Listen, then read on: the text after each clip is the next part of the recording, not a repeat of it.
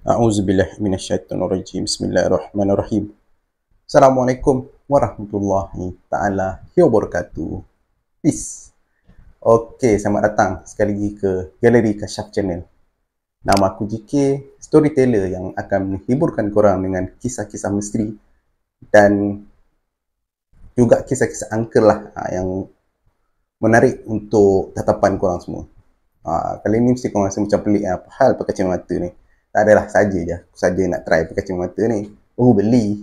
Saja rasa macam handsome juga pakai kan. Bukan selalu. Tapi kalau okey, aku pakai je tu untuk setiap video. Okey. Pertama sekali, aku nak ucapkan ribuan terima kasih kepada semua penonton yang sudi support, yang suka dengan cerita-cerita aku walaupun cerita aku tak berapa menarik. Tapi aku haraplah semoga korang semua dipermudahkan segala urusan dunia dan akhirat. Okey. Pada yang baru masuk, korang boleh subscribe channel ni dan juga on notification. Jangan lupa like, komen, dan sesiapa juga yang nak share kisah-kisah seram korang, boleh email ataupun tekan link WhatsApp yang aku dah sediakan dekat description dekat bawah. Ini email aku ada tunjuk mana, aku tak tahu aku letak mana. Okey. So, untuk kisah kali ni, kisah apa yang aku nak sampaikan?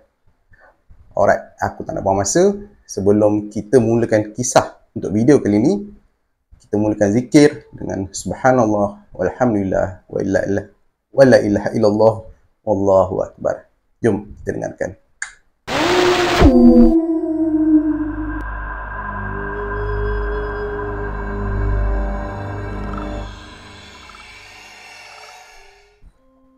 Okey, untuk kisah kali ini merupakan pengalaman dari seorang penulis, iaitu lelaki yang aku gelarkan nama dia sebagai Syafiq lah.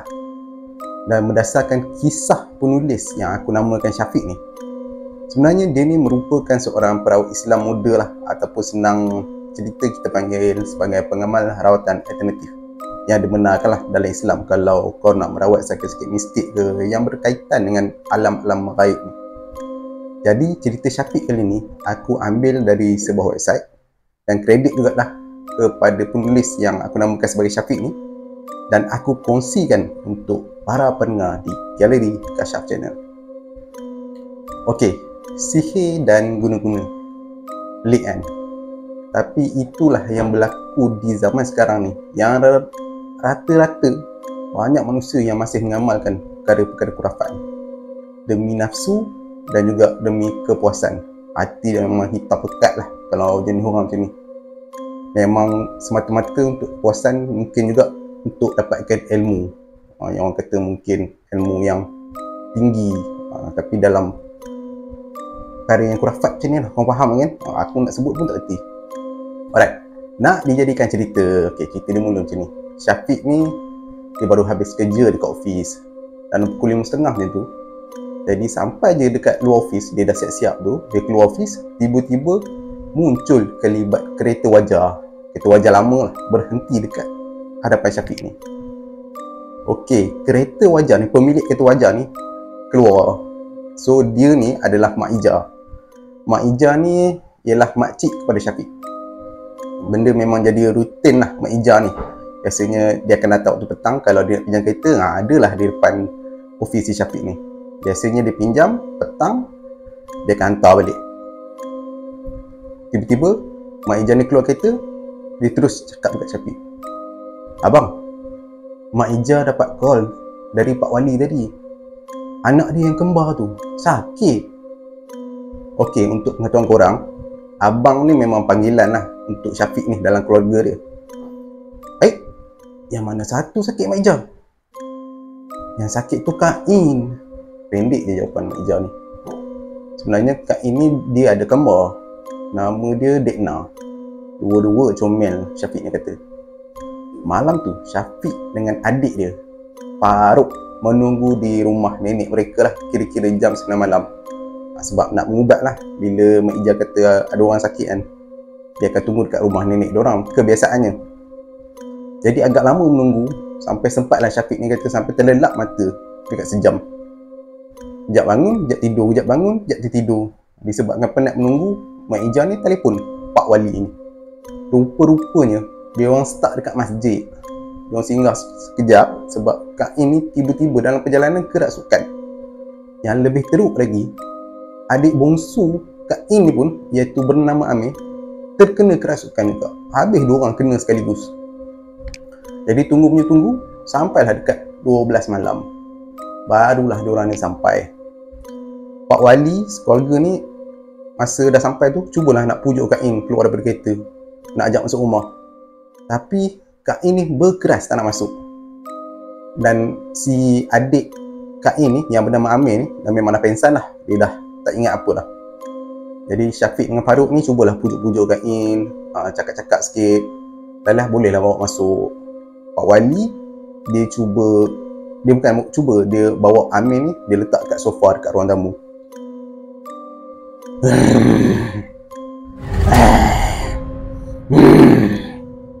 Dengus suara Kak In ni sambil dia menjeling tajam kat diorang ni semua. Gadis ni sebenarnya baru usia 12 tahun je. 20 tahun dia duduk memerhati tajam dari setiap mereka yang berada dekat situ.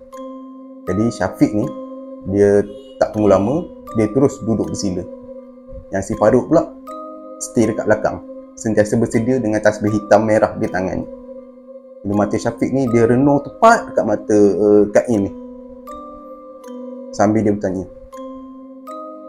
"Assalamualaikum. Siapa dekat dalam badan ni?" Diam je, tak cakap apa. Sekali lagi Syafiq tanya, "Siapa dekat dalam badan ni? Siapa dalam badan Kak In ni?" Tak ada apa-apa, cuma ada bunyi dengusan dan jeling tajam saja. Walaupun mereka semua ni tahu yang sebenarnya dalam rumah tu, dalam badan Kak In tu sebenarnya bukanlah Kak In yang sebenar. Jadi Syafiq ni sempat toleh ke belakang. Dia nampak Farouk masa yang sama dia tengah meruqyah si Amir ni. Amir ni bila dah kena ruqyah makin lama dia pun macam sedar. Kaki dia nampak macam kejang. Jadi Amir ni urut-urut lah sambil membaca beberapa ayat-ayat suci Quran. Kemudian diorang ni lanjutkan soalan demi soalan kepada Kak In. Siapa yang punya dalang? Mana asal makhluk tu? Ilmu apa yang diguna pakai?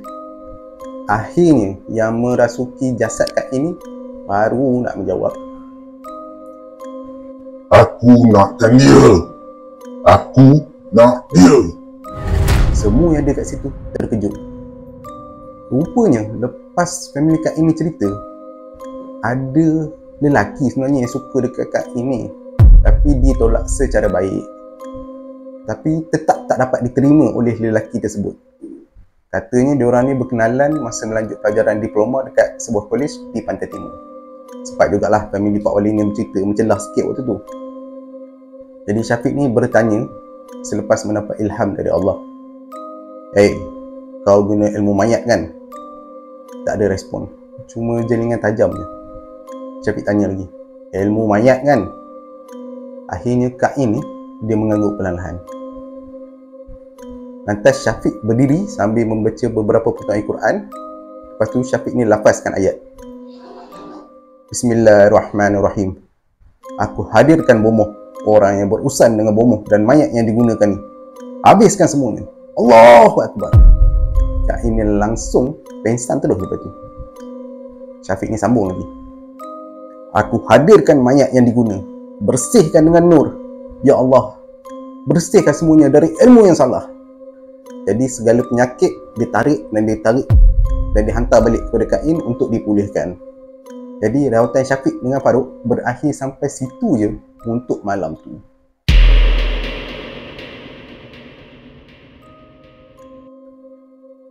Seminggu selepas kejadian. Jadi waktu ni Syafiq dia kata dia dekat office. Katanya tengah dia kusyuk-kusyuk type dokumen yang bos dia minta. Tiba-tiba Syafiq ni terkejut. Tiba-tiba ada bunyi ringtone pula. Ringtone Smell Like Teen Spirit katanya, berkumandang dekat phone si Syafiq ni. Bila dia tengok phone, Abby call. Okay, Abby ni sebenarnya adalah adik kepada Kak In. Muda lagi, baru je lepas habis SPM. Jadi Syafiq ni pun jawablah call tu. "Hello? Hello, Abang Syafiq." "Hello Abby. Kenapa ni?" "Kak In, Abang Syafiq. Kak In terkena lagi." tak sedar sejak malam tadi sampai petang ni. Ya Allahu Akbar. Okey, baik-baik. Malam ni insyaAllah abang cuba datang rumah.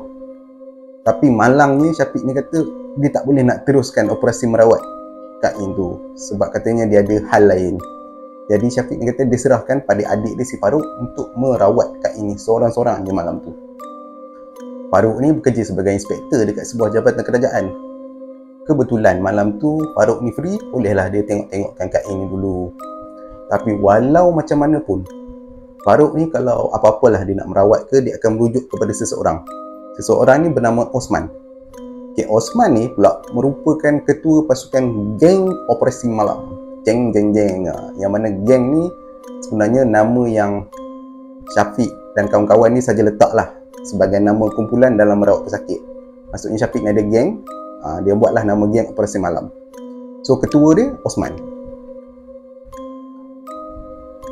Menurut Farouk, Kak In kali ni dirasuki entiti lain pula. Hari tu entiti lain, kali ni benda lain. Tapi untuk kali ni, kejap-kejap Kak In ni dia dirasuk dengan jin yang berpewatakan seperti ibu. Dan sekejap-kejap dia macam kena rasuk dengan jin yang berpewatakan seperti budak lelaki. Jadi Farouk ni macam buntu lah. So bila dia nak buat rawatan tu, lah terpaksa berhenti. Sebab katanya waktu ni Kak In dah memang terlalu lemah kalau nak diteruskan kalau buat rawatan. Jadi stop sampai situ. Katanya Farouk, tak apalah Kak, kita buat hari lain pula. Nanti apa-apa kita call. Maka beberapa hari lepas tu, Syafiq dengan geng operasi malam dia ni yang terdiri daripada 5 orang sebenarnya. Geng Syafiq ni ada Syafiq, ada Farouk, Osman, Airil dan Awi. Diorang ni berkumpul dekat rumah Haji Adi, iaitu guru mereka yang juga ayah kepada Osman. Kebiasaan lah rumah Haji Adi ni akan menjadi tempat untuk Syafiq dengan kawan-kawan dia untuk lakukan rawatan. Mana-mana yang datang buat dekat situ. Jadi geng operasi malam ni berjanji nak bertemu dekat situ. Nak dijadikan cerita, Pak Wali kebetulan iaitu ayah kepada Kak In ni ada call. Katanya nak datang minta nak dirawat balik Kak In waktu tu. Jadi saat Pak Wali sekeluarga sampai dan masuk je dekat rumah Haji Adi, Kak In bukan diri dia lagi lah, dah kena rasuk dah. Kebetulan malam tu banyak pesakit juga yang nak dirawat. Jadi Osman selaku ketua geng operasi malam, dia ni pun pecahkanlah tugasan masing-masing. Mana nak buat, mana nak rawat ini ke itu. Masing-masing pun merawatlah pesakit yang datang. Jadi Syafiq dengan Farouk, dia orang memilih untuk merawat Kak In. So Kak In ni dia orang dudukkan dekat kerusi. Tapi masa duduk tu memang muka dia masam dan juga marah. Memang tu marah. Jadi Syafiq ni tanya, siapa dekat dalam? Tanya Syafiq.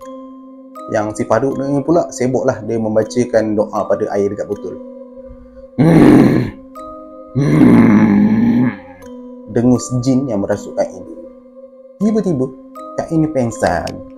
Terkejut mainlah diorang pada waktu tu. Sesaat dua lepas tu, tiba-tiba Kak In ni bangun jadi pewatakan macam budak lelaki yang pernah Farouk ceritakan malam sebelum tu. Zun tak pernah tengok lah rumah ni.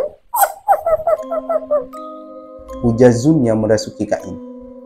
Jadi, jin yang rasuk badan Kak In ni, dia membahasakan diri dia sebagai Zun. Karakter Kak In ni memang tak ubah seperti seorang kanak-kanak. Senyum ceria je sambil melihat kiri dan kanan. Tak pernah datang sini? Tanya Syafiq. Zun geleng kepala dia sambil senyum. Zun, apa sebab awak masuk dalam badan Kak In ni? Sebab saya tengok ada orang masuk. Jadi, saya ikut je lah. Oh, Zun agama Islam? Betul? Zun agama Islam. Jadi, Syafiq ni cuba berdialog lagi. Zun, kalau awak Islam, jangan pernah ganggu orang lain. Nabi kita larang tau. Tak boleh. Ya ke tak boleh? Tak boleh Zun. Macam ni. Zun keluar daripada badan ni ya. Pujuk si Syafiq. Jadi Zun ni setuju. Nasib baik senang. Alhamdulillah. Lepas dia keluar, Kak In ni pengsan balik. Tanda-tanda yang Zun ni dah keluar lah dari jasad Kak In. Mungkin Zun ni pergi jumpa mak dia lah ke, wallahualam. Selang beberapa minit, kali ini Kak In bangun dan muka serius. Tidur. Kak In tiba-tiba buka bunga silat dan mengajak Syafiq ni beradu kekuatan. Lawan aku lah sial! Syafiq ni menolak dan mengatakan Syafiq ni sebenarnya dia tak pandai bersilat, saja je lah. Tapi Syafiq ni cuba orang kata berdiskusi, mengajak berbual dan memujuk makhluk dalam badan Kak In ni supaya keluar. Jadi lepas 15 minit memujuk, menyiasat, rupa-rupanya yang bersilat tu adalah jin lain pula. Rupa-rupanya jin lelaki separuh abad. Muslim juga. Katanya dia berniat nak menjaga Kak In dari segala gangguan. Dia kenal sebab Kak In ni pernah berubat dengan seorang pakcik. Mungkin jugalah jin lelaki yang ajak bersilat ni merupakan jin ke saka ataupun makhluk daripada pakcik yang dia bela tu, yang pakcik tu bela, yang mengubati Kak In waktu tu. Jadi pujukan demi pujukan akhirnya berjaya setelah Syafiq cuba nasihatkan dia agar keluar dan bertaubat. Katanya dia macam terkejut bila dia melihat kalimah suci dalam badan Kak In. Jadi makhluk jin separuh abad ni keluar. Dah buat kali keberapa dah tak tahu dah waktu ni, Kak In ni dia rebah dalam keadaan duduk atas kursi. Waktu tu Osman, Aril dan Awi, kawan Syafiq ni, merukiah pesakit lain yang berhajat nak berubat lah. Kelihatan Amir pun ada waktu tu, adik Kak In ni. Juga dirukiah oleh Aril dan Osman. Dan adalah beberapa pesakit lain yang baru selesai dirawat. Syafiq ni cakap dia nampak juga ada pesakit yang muntah dan maldi. Syafiq ni kata memang hanya sihir, Syafiq ni kata dalam hati. Farouk waktu tu cuba kejutkan Kak In. Pak Wali dan isterinya waktu ni dah memang sedih betul lah bila tengok keadaan Kak In waktu tu. Mana taknya anak sendiri kot. Semenjak 2 tahun lepas lagi, macam-macam usaha yang diorang buat untuk pulihkan anak gadis mereka sejak Kak In ni pulang dari Pantai Timur. Tenang, suasana lepas tu senyap je. Buat kata budak-budak zaman sekolah, malaikat lalu. Waktu ni Kak In dia tersedar. Kak In diminum air yang Farouk ni dah doakan. Waktu tu jam dah menunjuk dekat pukul 10.30 malam. Tiba-tiba, Assalamualaikum. Semua terkejut. Oi, Waalaikumsalam. Rupanya tuan rumah yang balik. Tuan rumah ni Haji Adi lah, bapak pada Osman ni, guru diorang semua. Kesemua geng operasi semalam ni terus bergegas salam tangan beliau. Beliau ni senyum mesra dan terus ke bilik. Haji Adi dengan isteri dia ni sebenarnya baru balik dari zikir jemaah mingguan. Dan Haji Adi ni sejak kebelakangan ni dia dah tak merawat dah. Sebab dia dah banyak menyerahkan kes-kes kerasukan, merawat ni semuanya kepada Osman, Syafiq dan lain-lain. Okey, kita sambung pada Kak In ni balik. Kak In panggil si Syafiq. Ya. Okey, Kak In dah sedar. Kak In kali ni dia mengangguk sambil dia cuba betul-betulkan dia punya purdah dia. Okey Kak In, kali ni kita usaha lebih sikit ya. Ada kaedah lain yang kita akan buat untuk rawat Kak In. Abang akan bawa awak berjalan. Syafiq cakap. Dia bahasakan diri dia abang lah. Berjalan? Kak In ni macam terpinga-pinga. Dia kurang memahami maksud si Syafiq ni. Sebenarnya Syafiq ni bertujuan nak melakukan kaedah rawatan secara batin pula. Biasanya orang panggil ilmu ni macam ilmu meraga sukma. Biasanya itu Indonesia panggil layak tu meraga sukma. Tapi kalau orang putih, biasanya dia panggil macam astral projection. Di mana rawatan ni dikatakan merupakan ilmu tingkat tinggi yang akan membawa kita ke dimensi yang lain. Dengan erti kata lain, roh ataupun jiwa kita akan terpisah dari badan secara separuh sedar. Tapi kaedah ni katanya lah perlukan bimbingan daripada guru. Tak boleh suka-suka je korang buat. Mampus kalau buat seorang-seorang. Tidak silap tak balik dalam badan tu balik. Macam korang tengok dalam cerita Doctor Strange tu kan. Macam tu lah dia keluar daripada badan. Syiap. Macam tu lah lebih kurang. Okey, sambung. Okey. Tak apa Kak In. Kak In pejam mata dan tenang. Jangan sekali-kali buka mata tanpa arahan daripada abang. Jadi Kak In ni diakur dan langsung pejam mata. Kak In, relax, okey? Kosongkan fikiran, lembutkan badan. Kedua-dua tangan atas peha dan zikir dalam hati berterusan. Jangan berhenti. Jangan putus zikir dalam hati. Semua dalam hati. Jangan sekali-kali lafaz dekat mulut. Jadi Kak In ni mengangguklah tanda faham. Jadi suasana malam tu memang senyap gila. Osman memantau dari jauh lah, kira-kira dekat-dekat pintu macam tu. Sebelah kiri Syafiq dengan Farouk, diorang cuba untuk nak guna kaedah rawatan batin ni. Dan Farouk kiranya dia support macam dari jauh jugalah waktu tu. Kawan yang lagi dua orang tu, Awi dengan Adil, diam je. Penat lah kot agaknya lepas merawat tetamu lain yang datang. Jadi semua orang waktu tu fokus dekat Kak In. Jadi Syafiq ni bercakap, Kak In, ikut apa yang Abang Lafaz dalam hati. Asyhadu an la ilaha illallah, asyhadu anna Muhammadar Rasulullah. Lafaz si Syafiq dengan nada yang tenang. Pada waktu ni, tiba-tiba Kak In rasakan badan ni macam melayang-layang je, sambil mata dia tertutup rapat. Dan bila sedar je, Kak In ni kata dia dah macam berada dekat tempat yang lain, macam berada di alam yang lain. Masa tu kaedah batin ni dah dilaksanakan lah, tengah berjalan lah. Di Kak In waktu ni dia cuma dengar suara Syafiq je yang cuba memberi arahan daripada sekeliling. Dia rasa macam dengar je ada suara-suara Syafiq. Waktu tu Syafiq cuma bercakap je. Okay, Syafiq ni pun terus cakap, okay Kak In, sekarang kamu pergi ke rumah kamu di kampung, terus zikir di hati. Kak In ni diam je. Okay Kak In, nampak rumah? Tapi Kak In ni senyap. Kak In, dah boleh cakap. Bila abang tanya, baru Kak In ni boleh jawab dengan mulut. Okay, Syafiq ni cakap, mungkin sebab Kak In ni dia lurus sikit orang dia.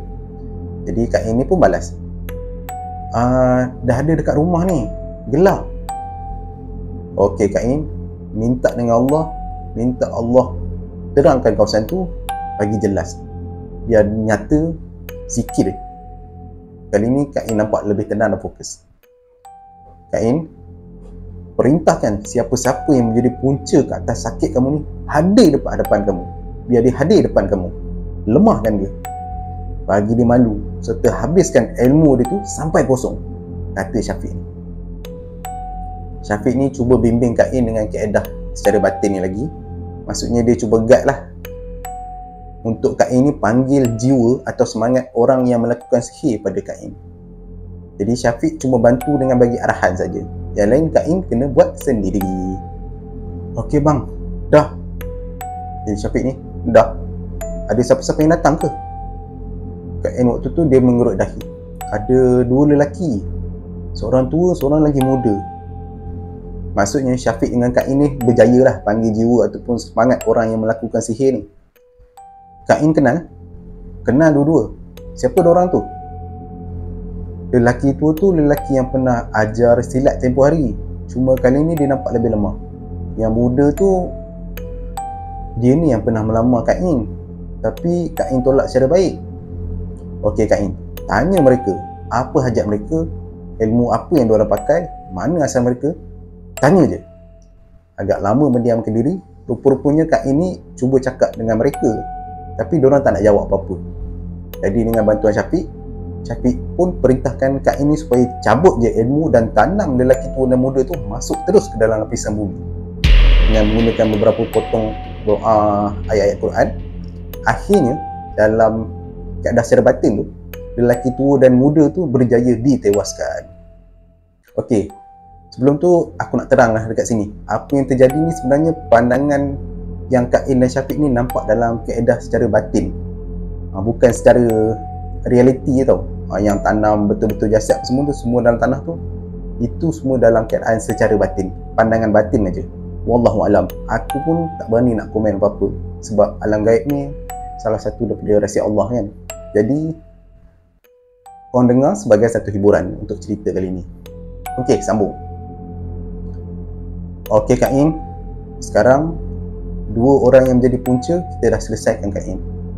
Sekarang masuk dalam rumah dan cari punca yang lain. Kita khawatir masih ada punca yang lain.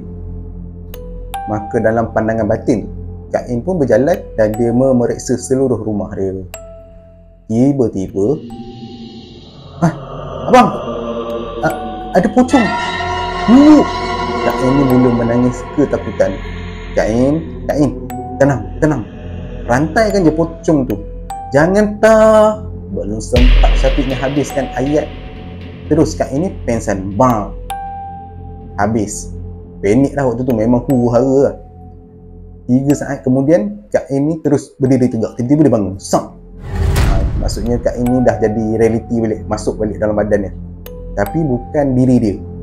Dia tak lagi macam tadi mata pejam apa semua tu. Tiba-tiba Kak ini mula meloncat-loncat.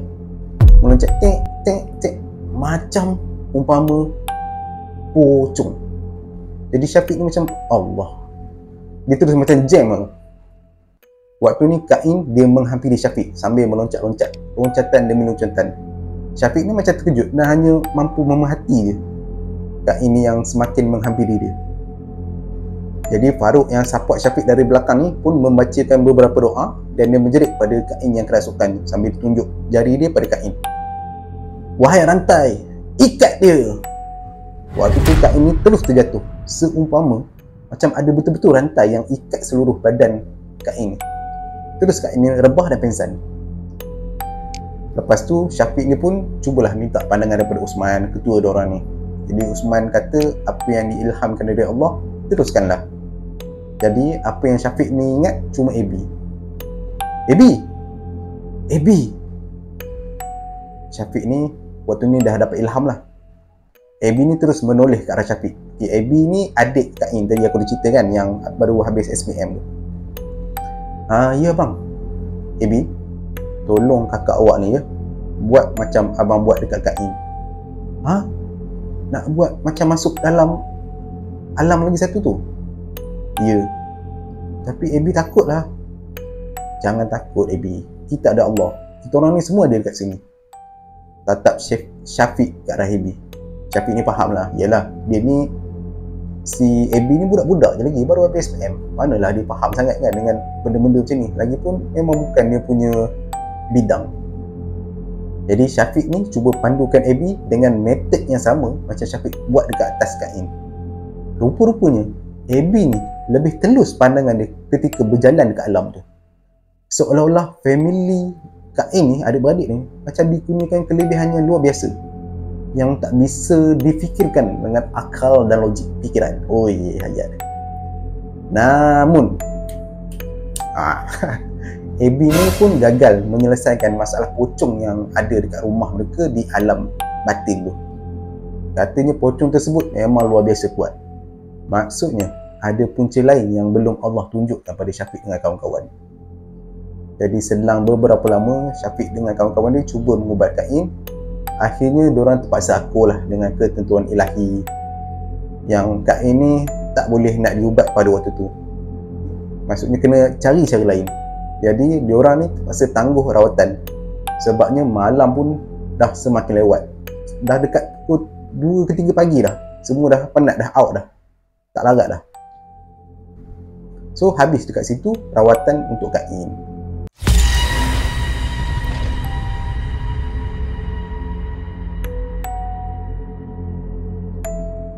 Dipendekkan cerita,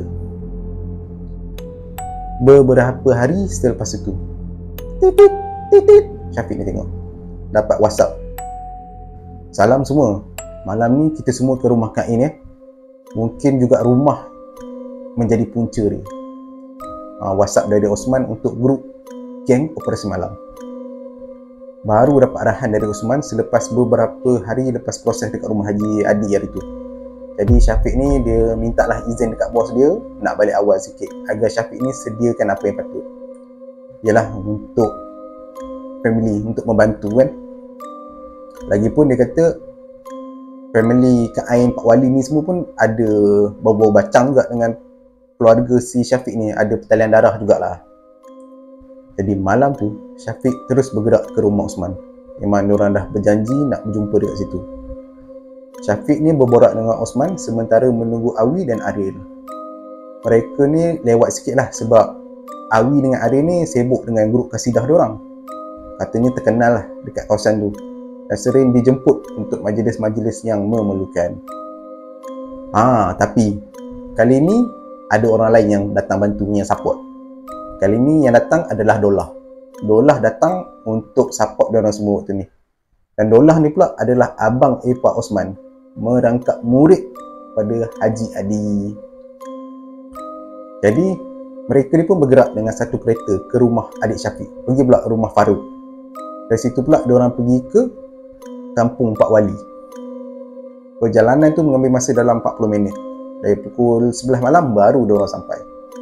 Jadi Pak Wali tersenyum je tengok kedatangan diorang.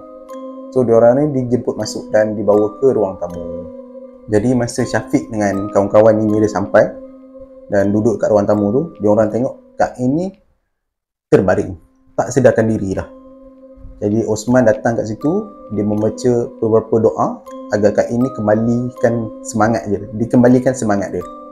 Jadi waktu ni Kak In kembali sedar dan dia tengok kiri dengan kanan tiba-tiba. Macam terbinga-binga. Tiba-tiba dia tengok, siapa tu mak? Kak In ni dia menunding jari tunjuk ke arah Farouk. Diorang ni macam gelak. Macam lawak pula Kak In ni. Hafsah pula tak kenal si Farouk ni kan. Tiba-tiba Kak In ni tanya lagi, anak siapa ni mak? Dia tunjuk dekat bayi sebelah, sepupu, adik-adik dia yang ada kat situ. Okey, rupa-rupanya Syafiq ni cakap Kak In lepas dia sedar tu, dia hilang ingatan. Rupa-rupanya diorang siasat ingatan Kak In waktu tu, ingatan pada tahun 2015. Jadi Kak In ni hanya kenal ibu, ayah dengan adik-beradik dia lain. Maksudnya dia cuma kenal orang yang wujud sampai tahun 2015 saja. Jadi Osman pun dia panggil lah Syafiq dengan yang lain-lain. Mesyuarat pendek lah, ringkas tapi padat. Dia bincang lah, tiba-tiba hilang ingatan kan. Jadi diorang dipecahkan kepada tugas masing-masing. Aril dan Syafiq diarahkan memantau rumah dan memberi peringatan kepada jin yang ada dekat sekitar rumah tu. Osman, Farouk dan Dolah berganding bahu memeriksa Kak In. Jadi Awi pula sebagai scammer. Banyak dia punya bidang ni macam-macam. Jadi Kak In waktu tu pingsan balik. Pingsan. Tak habis pingsan kan. Kesian lah Kak In. Lepas tu Dolah dengan Osman yang berada dekat kaki dan kepala Kak In. Dan Syafiq sempatlah tengok aksi di mana Aril membaca lafaz Iqra dan doa sebagai peringatan. Jin-jin yang ada dekat rumah ni, tak kira di mana sudut, berkumpul dalam satu ikatan. Allahu Akbar. Aril ni dia membaca Iqra tersebut. Waktu ni Kak In daripada pingsan terus berdiri. Mata dia terbuka luas, cuba menghampiri Aril, kawan si Syafiq ni lah, geng-geng operasi malam. Seakan-akan Kak In waktu ni macam nak memberhentikan apa yang Aril ni baca lafaz Iqra tadi. Masa ni Aril tengah khusyuk kan, dan tak sedar yang Kak In ni datang menghampiri Aril. Jadi Syafiq ni terus berlari dari belakang dan memegang kepala Kak In ni sambil dihembus daripada belakang. Pegang, baca-baca ayat Quran, push dihembus dekat Kak In. Terus rebah Kak In ni. Lepas tu kira-kira 15 minit lepas tu Kak In ni sedar balik, tapi masih lagi hilang ingatan. Jadi Osman bercadangkan agar Kak In ni berjalan. Maksudnya berjalan ni masuk ke alam lain lah, macam Meraga Sukma tu, astral projection ni balik dalam keadaan batin. Tapi itulah masalahnya, Syafiq kata Kak In ni masuk dalam alam batin tu dengan kondisi ingatan dia yang berada di tahun 2015. Padahal Syafiq dia cakap waktu tu dah tahun 2019 dah kot. Maksudnya ingatan Kak In ni cuma sampai, macam aku cakap tadi lah, cuma sampai 2015 je dia ingat. Ingatan daripada 2016 sampai 2019 dia tak ingat. Faham tak? Aku pun pening nak terang. Jadi tengah mengubat ni, Kak In ni pun dah macam bela-bela alam, apa pun tak boleh nak buat apa kan. Jadi paksalah teruskan juga. So Syafiq ni cakap, Kak In, tak apa, kali ni fokus je. Kita cari semua punca yang ada. Kita mesti ingat semuanya atas Allah. Allah yang izinkan. Kena yakin. Jadi Kak In ni dia pejam mata dan duduk atas kerusi sambil mengangguk. Jadi diorang pun buatlah proses rawatan batin, masuk ke alam lagi satu kan. Berjalanlah ke alam batin tu. Waktu dah masuk tu, Osman ni tanya, okey Kak In, sekarang ni dekat mana? Dolah yang dekat sebelah Osman ni dia memantau lah, macam CCTV yang dekat alam Kak In ni berjalan. orang kata monitoring activity je. Kak In ni jawab, saya dekat kubur arwah atuk. Rindu, walaupun tak pernah jumpa, sini tenang sangat. Kak In ni cakap. Osman ni jawab, buat apa dekat sana? Balik ke rumah. Nanti, kejap. Kak In nampak atuk. Dia ada. Kejap. Dia tengah bagi nasihat.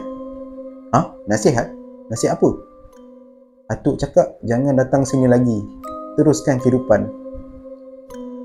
Lepas tu senyap kejap, Osman ni tanya balik. Okeylah. Dah habis bagi nasihat? Kalau dah, kembali ke rumah. Maksudnya rumah dekat alam batin je lah.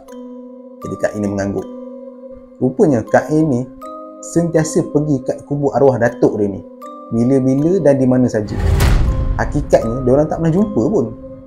Datuk dia meninggal sebelum Kak In ni dilahirkan lagi. Dengan ceritanya datuk dia ni dulu seorang perawat jugalah dalam alam mistik ni, dalam bidang gaib ni. Okey Kak In, perintahkan semua punca atas apa yang menimpa awak ni hadir depan kamu. Dalam keadaan mereka lemah tanpa ilmu, dalam keadaan mereka semua dirantai, Osman ni memerintah Kak In ni untuk buat dalam cara batin. Tiba-tiba muka Kak In ni nampak ketakutan. Kak In, kenapa? Osman ni tanya. Saya nampak perempuan, puteri lah, cantik. Jadi Kak In ni tiba-tiba ceria dan senang balik. Dolah ni yang support ni kan membalas, Kak In, jangan tertipu. Tak apa, macam ni, saya tunjuk rupa sebenarnya. So Dolah ni datang dekat tubuh jasad Kak In ni, dia embus. Fuh! Kak In ni kembali takut, menangis pula. Oh, ya Allah, buruknya, bodohnya, tolong, takut. Kak In ni merayu pertolongan. Wajah benda tu sebenarnya dah berubah. Yang dia kata nampak macam puteri tu kan, dalam alam tu sebenarnya dah berubah. Katanya jadi nenek tu serba hitam, tak ubah macam nenek kebayan. So Dolah yang support ni, dia tanyalah, Kak In, awak pernah pergi ke gunung ke? Sebab saya nampak dekat alam ni macam punca dia dekat gunung, tanya Dolah. Pernah. Dulu zaman study, waktu tu saya selalu pergi hiking. Oh, Dolah ni cakap, betul lah firasat saya ni. Okey, kita hantar nenek tu kembali ke gunung tersebut dan jangan pernah kembali. Dolah ni macam bagi doa lah, ikrar kan. Adalah doa cara rawatan batin itu. Tiba-tiba bumbung berbunyi. Tak. Rumah pula akan bergoyang dekat situ waktu tu. Lepas tu, diorang kata Kak In ni berjaya. Kak In menunjukkan senyuman dia lah, menunjukkan yang dia ni dah berjaya halau makhluk yang serupa macam nenek kebayan tu. Dan dia berjaya menghalau semua yang ada masa dalam rawatan batin tu. Jadi waktu tu dia rasa mungkin macam okey, kita dah 90% kot dah settle kan rawatan untuk Kak In ni. Jadi Osman dia minta Farouk ganti Dolah pula. Maksudnya Dolah pula yang pergi dekat luar rumah meninjau. Waktu ni Farouk dia pegang kepala Kak In. Dia pegang tapi berlapik lah. Kan Kak In ni pakai tudung. Tiba-tiba Kak In ni menyakat. Nak pegang-pegang kepala. Macam dah nikah pula nak pegang-pegang kepala. Waktu tu yang ada itu semua tergelak-gelak. Macam timbul situasi lawak pula. Lepas sekian lama diorang serius tegang kan situasi waktu tu. Sebenarnya Kak In yang zaman yang 2019 ni, Kak In ni sebenarnya jenis pemalu. Sebab tu dia dah berpurdah. Kak In ni sekarang memori dia waktu tu masa dia orang tengah rawat tu kan, memori dia kan tahun 2015. Maksudnya dalam tahun 2015 tu memori dia, memori yang waktu dia tengah nakal-nakal buat mengusik orang. Dan waktu tu pula Kak In dalam memori 2015 tu dia pun tak bertudung ni, belum pakai purdah lagi. Jadi Farouk pun dia pegang kepala Kak In tu, dia bacalah doa beberapa potong ayat Quran, Tuku Mak Kamit dia membaca. Dia cuba nak kembalikan semangat dan juga ingatan Kak In seperti sedia kali. Jadi dia hembus kuat-kuat, jadi menandakan dia nak masukkan semangat Kak In tu balik. Tiba-tiba Kak In terus jadi malu, terus tutup muka macam terkejut, macam dah malu-malu. Maksudnya waktu ni ingatan Kain dah kembali balik. Maksudnya ingatan sampai 2019 tu dah masuk. Jadi waktu tu diorang ni semua berkumpul untuk tugasan yang terakhir. Okey semua, panaskan 4 paku ni, kemudian pasakkan ke 4 penjuru luar rumah. Osman ni memberi arahan dah kepada Syafiq dengan kawan-kawan. Jadi masing-masing panaskan paku dengan api sampai ke merah-merahan warna dia. Lepas tu tanam kat luar rumah 4 penjuru. Maksudnya waktu tu diorang macam nak buat benteng lah.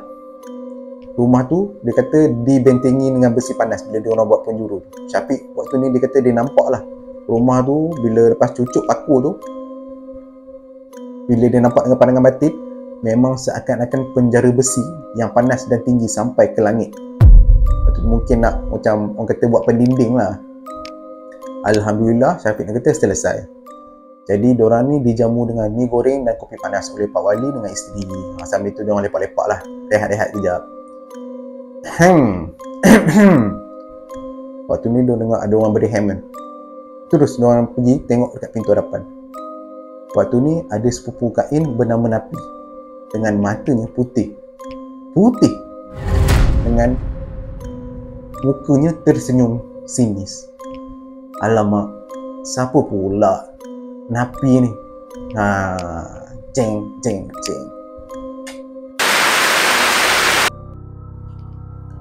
Okey geng, tamatlah cerita untuk part 1 kisah untuk kali ini. Macam mana cerita dia? Menarik tak? Alright, kalau korang suka untuk aku sambung cerita ni lagi, insyaAllah kalau tak ada aral, aku akan sambung untuk part yang seterusnya. InsyaAllah kalau korang suka, bolehlah komen-komen dekat bawah, boleh like, share. Okay, so aku tak nak cakap panjang-panjang. InsyaAllah kita jumpa di next video. Assalamualaikum warahmatullahi wabarakatuh. Terima kasih semua. Bye-bye.